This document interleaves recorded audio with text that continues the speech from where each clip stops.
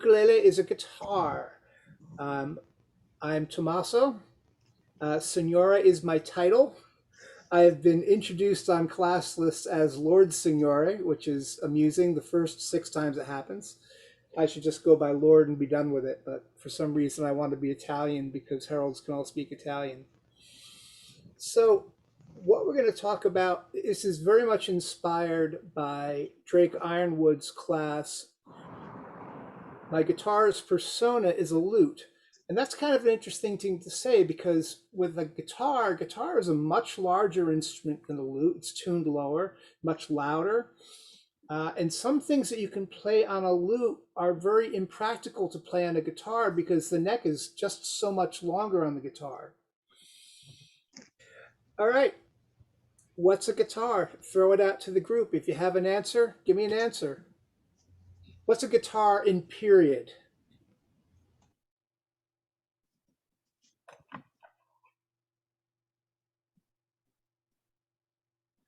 A mandolin is a mandolin in period. Mandolin is actually much more close related to the lute because it's still got the pear shape of the lute. It's kind of a cross between the stringed instruments that you see all the way through the Cantigas to Santa Maria. It's very closely related to that. It's kind of a cross between a lute and one of those instruments. Um, and mandolin players will argue endlessly at the precise point when the mandolin as we understand it began to exist. My current understanding is that it's on the edge of post period, but I'm not positive, and haven't really looked into it, not being a mandolin player. So how do you suppose a guitar was built? The earliest stringed instruments we have had carved bodies where you took a big slab of wood and dug a hole out, and then you glued the top onto that. Later, what they would do is they would build these things out of pieces of wood, and you had a thin piece of wood at the bottom, and they glued these thin pieces of wood to the side of that lovely hourglass shape. And then they glued a piece on the top, and that's the newer instruments. So the guitar was of that group of instruments that came later that were constructed that way. So the first thing you have in the guitar is that it's a late period instrument where the body is constructed, not carved. So if you see something where they have a big solid piece of wood and they dug a hole out of it, that's probably not a guitar. The second characteristics that guitars had in period is they had 4 sets of strings, not 6. Modern guitar is pretty much a 19th century invention. In very, very, very late in period, like 1580, we started to see music written for 5-string guitars, or 5-course guitars. But for most of the music in period, a guitar had 4 sets of strings. We get very sloppy with what we call things. We'll talk about a course of strings, or we'll talk about having strings. A course means 1 or more strings. So if you have 4 courses, you might have 4 strings, like a modern ukulele. You might have 8 strings, like a mandolin.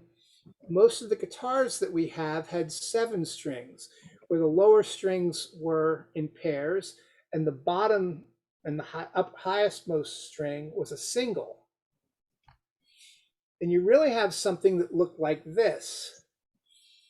Now, you can see, but I can't see because it's cut off. I'll bring it up on my other screen. Is you have this looks an awful lot like a modern guitar. It looks an awful lot like a modern ukulele. It's got the same shape. It's got 4 strings. It's got a sound hole located right in the middle. If you can get a look at how many frets there are, there's 10 frets, not quite an octave. A modern ukulele would have 12 or 13 frets. A modern guitar would have 12 or 14, sometimes 13, but those are a little weird. but certainly a classical guitar would have 12 frets. It looks an awful lot like the modern instrument. And in fact, in terms of the construction, except for the there was a Spanish luthier, Torres, in the 19th century, who did a lot of experimentation and really revolutionized the way they build guitars, and is generally considered the inventor of the modern classical guitar. And other than the changes that he made, it's a very similar instrument to what we have nowadays. In fact, the period instrument is almost identical to the modern baritone ukulele, which is this instrument here. Now, this has more frets. It's got a longer neck fitted to it. If you can you see this thing? I can't see my own screen. Yes, we can see Excellent. it. Thank you. But you can see they've got the bridge here, and it's pretty much in the same place as it is on the period instrument. You've got, 4 sets of strings like that. And they're tuned very much the same way as the period guitar was, allowing for transposition and just various sizes of things. But in terms of the relationship between the strings, which is where the music becomes playable or not playable, is how the strings are laid out, they're the same instrument. They're the same size, they're the same tuning. Anything that was written for, thank you, Rum Chancellor, anything that was written for the period guitar, you can absolutely play on the baritone ukulele. And I'll pronounce ukulele twice the same eventually before the end of the class. So this is a pavan by Alonso Mudarra, a Spanish composer, from his 1546 collection.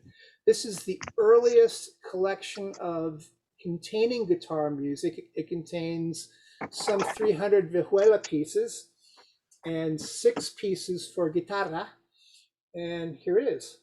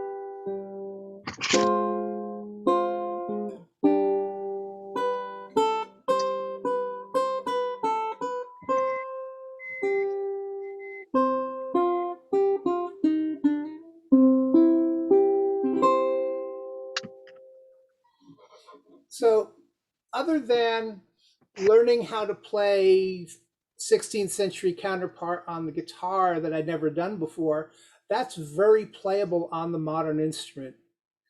So they are practically interchangeable, which honestly surprised me no end. When I first started looking at wanting to play period music and play it with some semblance of accuracy, of course you go looking at playing lute repertoire on guitar. It's a very easy choice. It's a wonderful choice. It's beautiful music. And the real advantage that approach has is there are hundreds of transcriptions done by really, really top-notch guitar music people that have taken the lute repertoire and adapted it to the modern instrument. So if that's what you wanted to do, that's beautiful. I know Drake Ironwood, who used to be Zoph's apprentice, plays a lot of the John Dowland repertoire, all the Dowland music, any Spanish flamenco music, you can play it. So when I discovered that the Renaissance guitar and the ukulele were very similar instruments, I was delighted, because one of the things that you're able to do is you're able to bring out a body of music that not a lot of people are familiar with. And you don't run into too many. There's a lot of people who are lute nerds. A lot of people own lutes, or they play guitar music on lute, or they play lute music on guitar. I've run into one other playing Renaissance music on a baritone ukulele in the SCA so far, and she's in Oregon. There are other people who have done some work on it, but they haven't really decided, hey, I'm going to learn this music and try to make good performances of it. So that's kind of what sparked my interest, that it was something that there wasn't a lot of work done on. This instrument has a lot of names. If you know anything about period instruments in period, or actually anything in period, you know that things aren't always called the same name, and half the time you do your research, you're fighting trying to figure out what the name is. So in Spain, it is called la guitarra, because it's a feminine noun, because everything in Spanish is gendered. If you talk to anyone from Spain, they will tell you you don't have to say the Spanish guitar, because the guitar is always Spanish, but it gets played everywhere else. The French, a lot of French music, it's referred to as a citerne. In English, in period, it's often called a guiterne. That's what it's called in a lot of customs documents for shipments from Spain. There's kind of a point in time where the customs office discovered that guitar was this new thing they could tax as it was imported. And all of a sudden, all these customs records appear for the guiterne, which is what they called it. But as we know, a lot of things that are called the same thing are not guitars at all. There's an English citerne that is not the same as the French citerne. It's really more like the Cantiga Santa Maria instruments that you've seen before, where it's like tuned to an open chord and they play little charming dance things on it. I really, really want one, but the guy who makes them hasn't been building them since he was in a car wreck, and there's an English guitar from period also that is a completely different instrument with its own history and its own tuning. It's kind of a post-period thing, similar to the Portuguese guitar, which is still played in Portugal to this day. It's a six-string instrument. It looks an awful lot like a guitar, but it's tuned differently. It's sufficiently differently built that it has its own repertoire and its own tradition of playing that really doesn't get much of the light of day outside of Portugal. But nowadays, in the day of YouTube, you can go online and you can find things. You can find people playing it, and it's beautiful in its own way. So, as you know, if you've had poking through music, you might find something that, gosh, this is written for the right number of strings, but it's written in tablature. And there's no one could possibly play strings that far apart, and that's kind of your clue that it was written for an instrument that was either much longer or much shorter than the one you're trying to play. Sometimes you can adapt those things, but usually you just go nuts trying to do it. You also find as you transcribe the music, you realize that the composer themselves made errors that you have to compensate for. I know Zoph saw me at Bardic Madness the first time I played that Pavan, struggling to play the to play a couple of things because it was just written, the string assignments were wrong.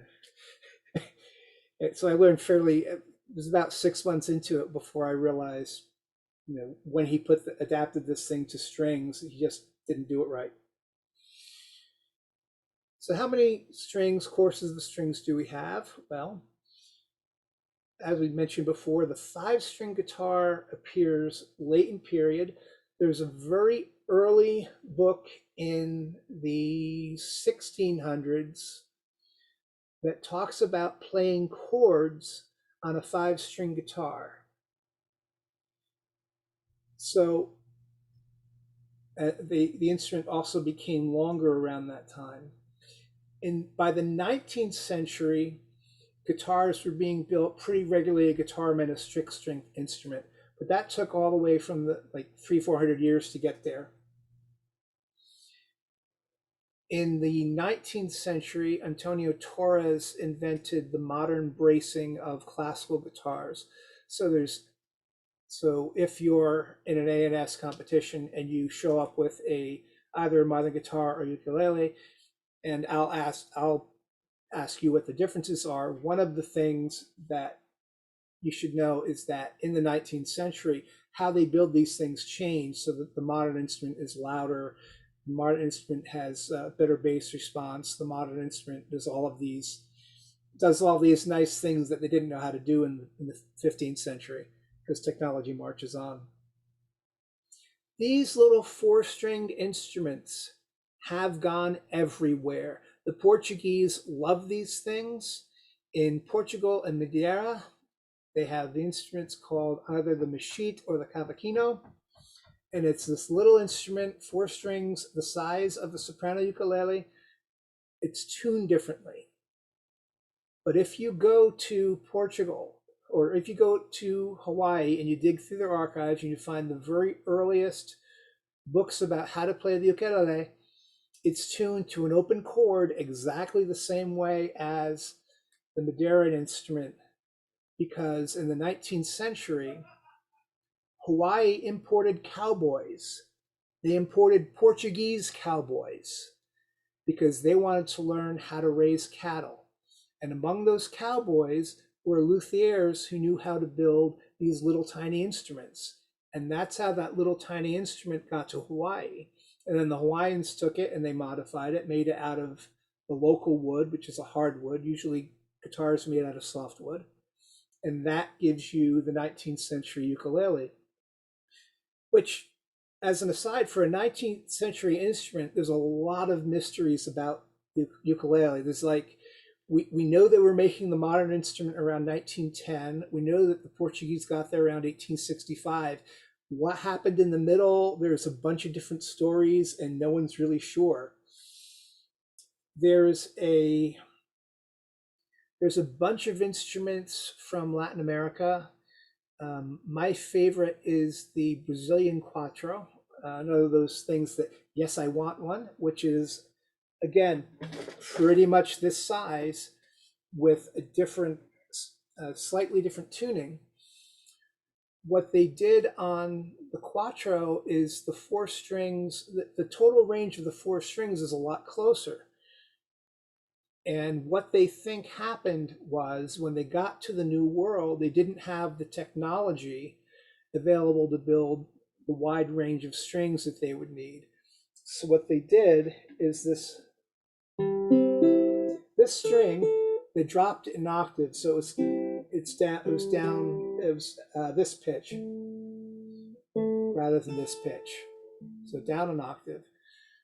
And the reason they think they did that is because they didn't know how to make strings of the right, they didn't know how to make high-pitched strings when they got there. A lot of it's conjectural, but a lot of stuff's conjectural. We get in trouble when we try to make it sound like we're smarter than we are. Which is something I you read a paper and it's like, he says this. Wait a minute, this does not follow. This doesn't follow from this, and that's a whole other subject. So talk about how we tune, and There's a lot of ways to tune.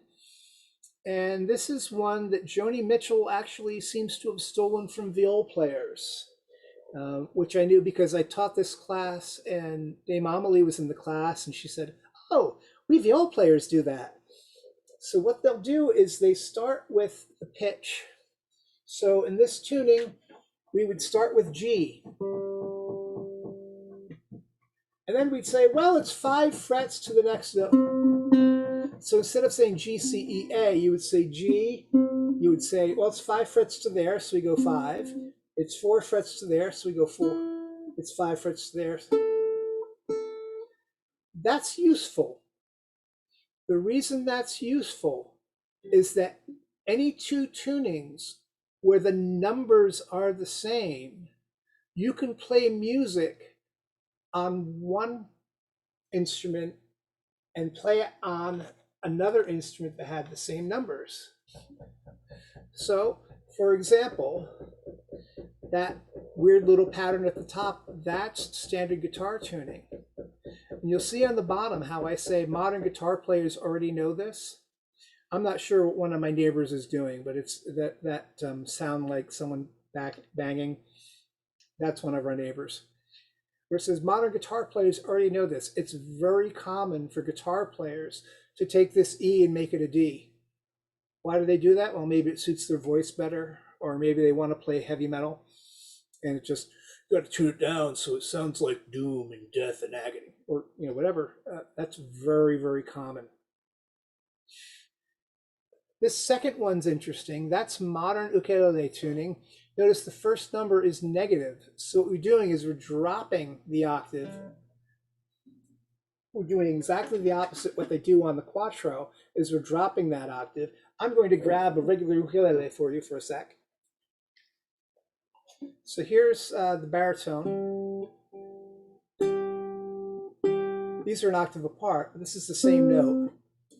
So to get there, look at the second line, I go down 7 steps. Then the rest of it's the same. With 4 frets, then 5 frets again. So anything where those numbers are the same, you can play them. Now, if I felt like stretching my hands out, I could get out my baritone ukulele with the normal baritone ukulele tuning, DGBE. I could play that piece on that. I won't because that's a longer scale instrument, so it's kind of hard to do that. But in answer to your question, yeah, that the instrument I was playing before is tuned to C tuning because the surviving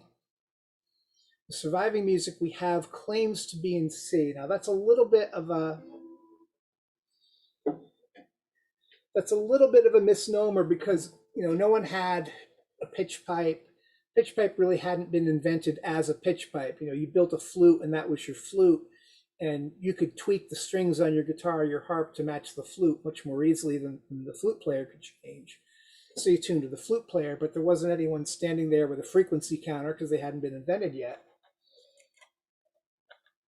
So even though we say this thing is GCEA, and all the music that we have claims that it's GCEA, we really don't know the absolute pitch of the instrument. We have an idea, and we've got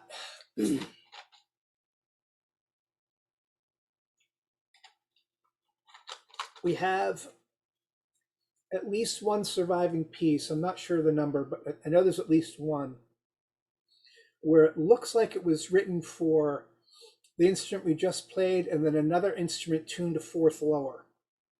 So even though we don't have any surviving instruments, we're pretty sure that they had various sizes of guitars, just like they have various sizes of viols or various sizes of recorders or various sizes of vihuelas, various sizes of lutes. All of those things we have. We don't have various sizes of guitars, but we do have various music for various sizes of guitars. So that's why we think that that's what they did rather than retune a small instrument to a much lower note. That seems less likely. Again, anytime we talk about what we know, understand that there could be a bog find next week, and everything we know gets thrown out the window, and then we have to rewrite all our work. But that's what we know now. So there we go.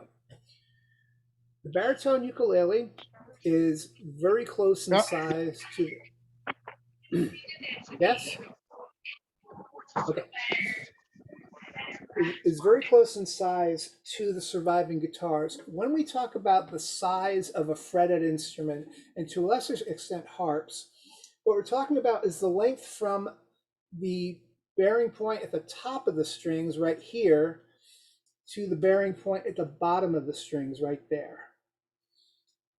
So that's what we talk about when we talk about the size. The other aspects of size, the size of the body and things like that, they matter in terms of the sounds it makes, but in terms of playing the instrument, the critical measurement is the scale of the instrument. And if you know any guitar players, ask them about instrument scale, and they'll go on for hours. The tuning that I'm using is an off-the-shelf string set. I just found strings and was going to change them, but I didn't want to have fresh strings because they take a week or so to settle in.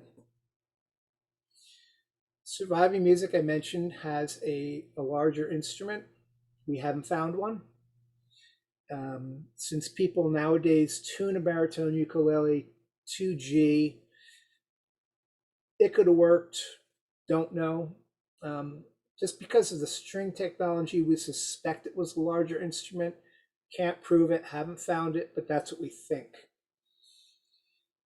There's a few ways that we see the tuning done. One way is if you have pairs of strings, it just sounds like this. You just have 2 strings per note. The other way that you'll sometimes see is exactly like this. Same as a modern ukulele, 2 strings per note. The third way is like a 12-string guitar, where this string is an octave pair. So you have this note and the octave higher. And the fun thing is, all 3 of those tunings are string sets you can go to Strings and Beyond and buy. Off-the-shelf strings. So whatever decision you make about how you're going to tune your ukulele to play period guitar music, you can buy standard strings for it.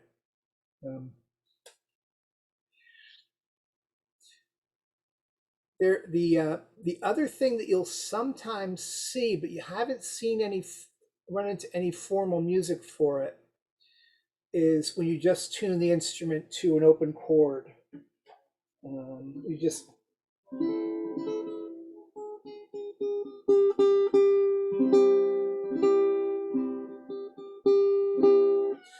tune it to an open chord like that. There's a lot of reasons why that's not as useful, but it's good for dances and things like that. The problem you run into is if you're playing with SCA dance bands, they're never in a good key for that.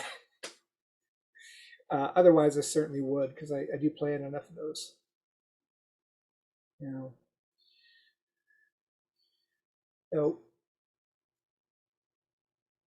so as we say, the scale length from the bearing point at the top and the bearing point at the bottom, is what is going to determine whether or not you're able to play the music you want to play on the instrument.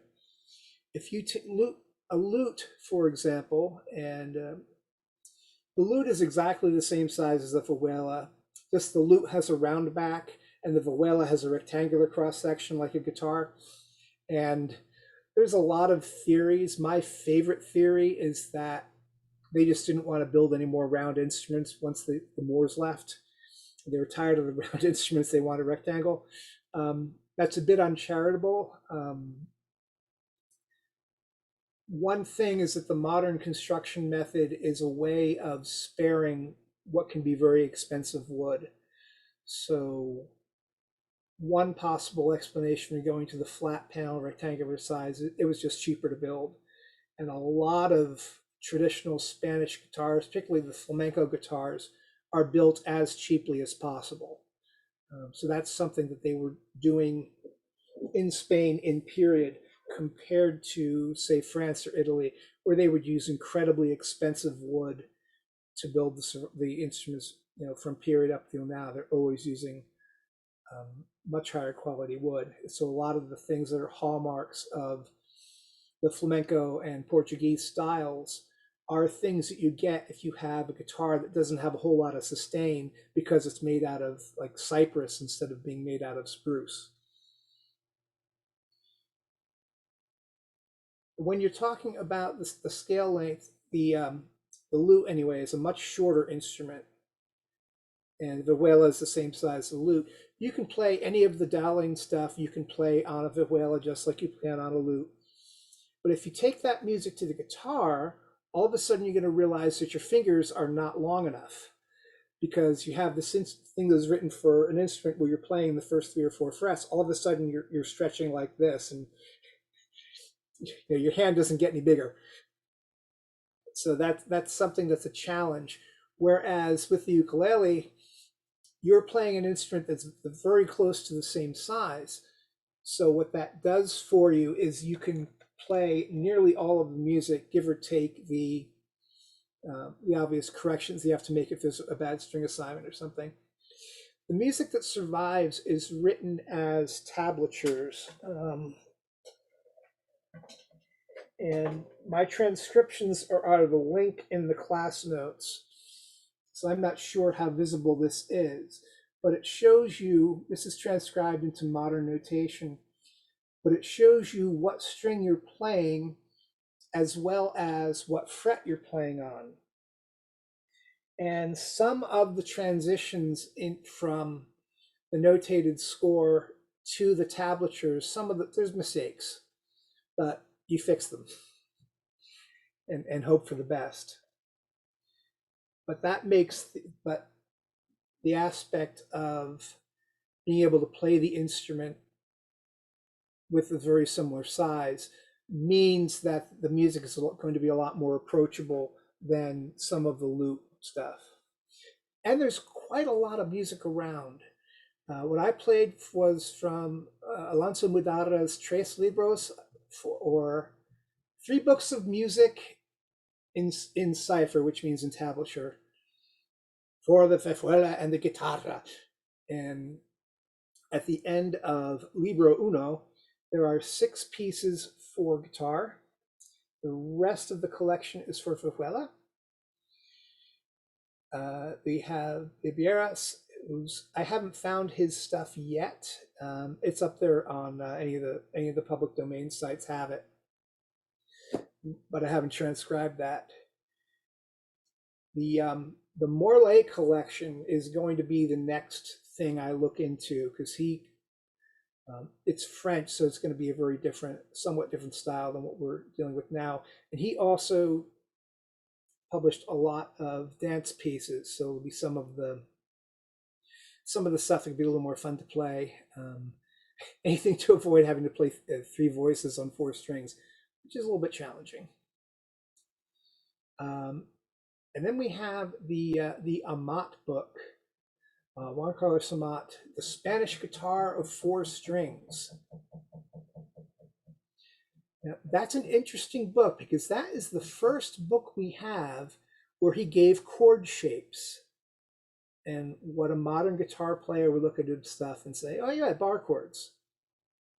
First hard thing that every guitar player has to learn how to do is how to play a bar chord. That's what that book is all about. So we've gone from playing notes, and then all of a sudden they've formalized the idea of playing the bar chords and just playing chords, as opposed to playing note by note by note. And that's really the first guy who ever thought of doing that. And that even predates a lot of the figured bass stuff for keyboard, where instead of playing the choir notes, they would have some indication of some accompanying part they have to play. And that came after Amat. If anyone asks you if they strum guitars, the my favorite quote on that is, "Nobody plays the vihuela properly anymore, but every stable boy and manservant thinks he's a musician when he strums his guitar." So, how do we know people strum guitars? Well, some rich guy writing a book was complaining about poor people strumming guitars. And I have encountered a lot of descriptions, not only in music but also in other things, where how do you know people did something? Well, because poor people were doing it, and some rich guys complaining about it.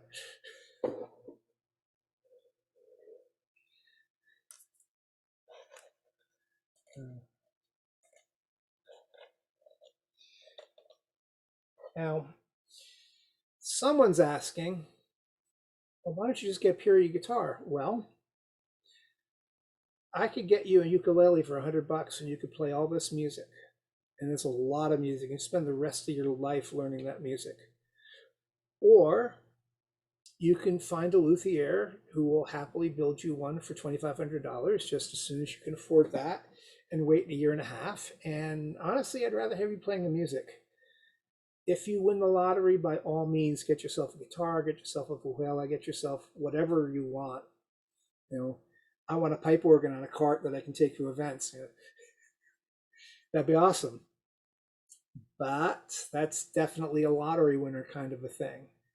So meanwhile, there's a lot of music I can play, and it's better to be playing the music than it is to be worrying about things you can't do. Okay, going back to the chat. First, thank you for all the very kind things said about the playing. Yeah, is it an uptuned baritone? Yeah, it's definitely an uptuned. It's C tuning, not G tuning. That particular instrument I discovered right after I bought it, that it happens to sound really, really, really good in C. Um, so it's kind of an anomaly that it's just dumb luck that I had an instrument that I had strung in C, and then all this music is in C tuning. So that was absolutely dumb luck. I did not plan that at all. Now, of course, the scramble is to keep finding C tuning strings, because new people keep making them and then they discontinue when they come out. So,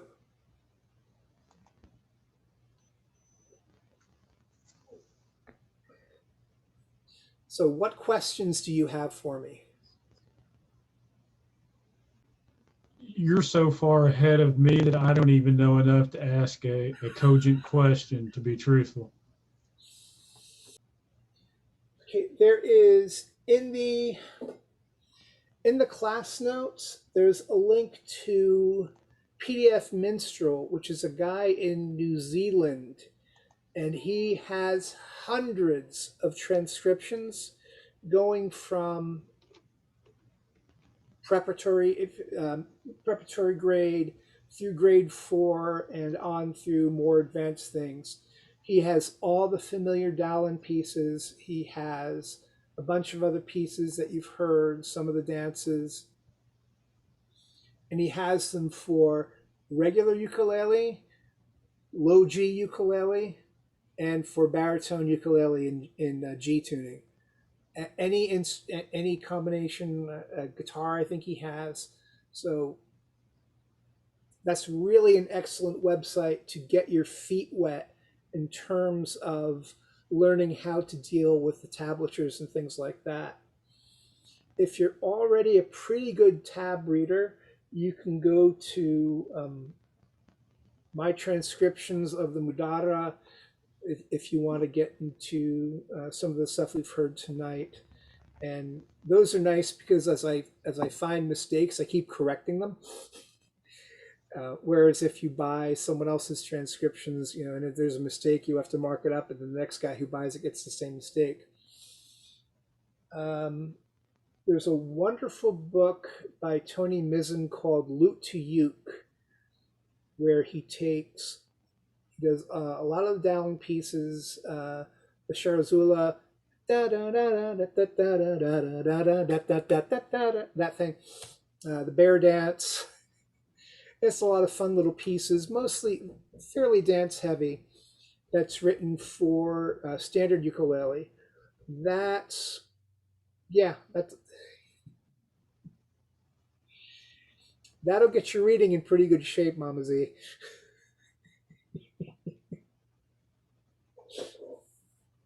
Um, the early period, the later period stuff is a lot more like modern music. You will hear notes and you will hear chords. When you get into the before the 17th century, the Mudaras and the Morlays, you don't have chords. You have simultaneous voices that are playing at the same time, and it's a very different brain shift. So it's a little bit it's definitely a brain shift going from that type of music to the more modern music that has more familiar chord melodies.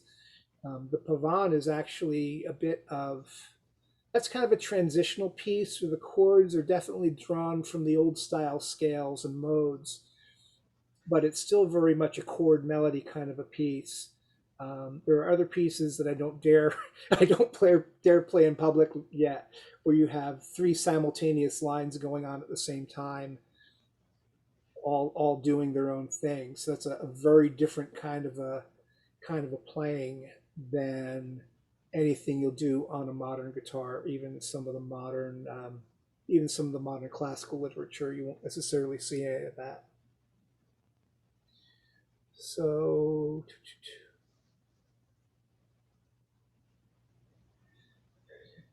okay, so Antonio's question. Yeah, don't knock stable boy strumming. You can do an awful lot with stable boy strumming. So Antonio, the question: ukulele intersections between European traditions. What we see ukulele. So you're asking about the overlap between Europe and Hawaii, and that's the Hawaiian music I'm familiar with is not terribly different from 19th century European music. But I don't know enough about the history of Hawaii to know whether or not what they were doing before the white people came along. Because their contact with Europe started in, if memory serves, late 18th century during the Age of Sail, and I think some people were shipwrecked there on Christmas Day, and for a while they were called the Christmas Islands. But we know that they've taken the European instruments that were left behind, so both the small guitars of the Portuguese that they adapted to the ukulele, and also the large guitars of the Spaniards developed in different directions from the rest of the world, especially on guitar, on modern guitar. They have a style called Hawaiian slack key, where they take their guitars and they didn't know how to tune them, but the Spanish had left behind, and they tuned them to what sounded good to them. They tuned them to an open chord, and the level of virtuosity is astonishing. And you think, oh, how hard could it be to play? They're playing an open chord. How hard is that? Well, you see these guys play, and it's like, oh, that's how hard it could be. So yeah, I would have to know more about what Hawaii was doing with music before the 19th century, and I don't have that background. It's a very long I don't know.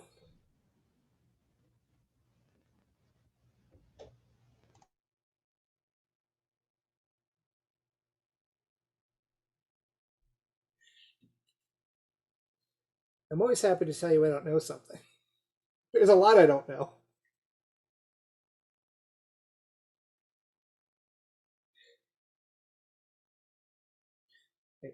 Any other questions?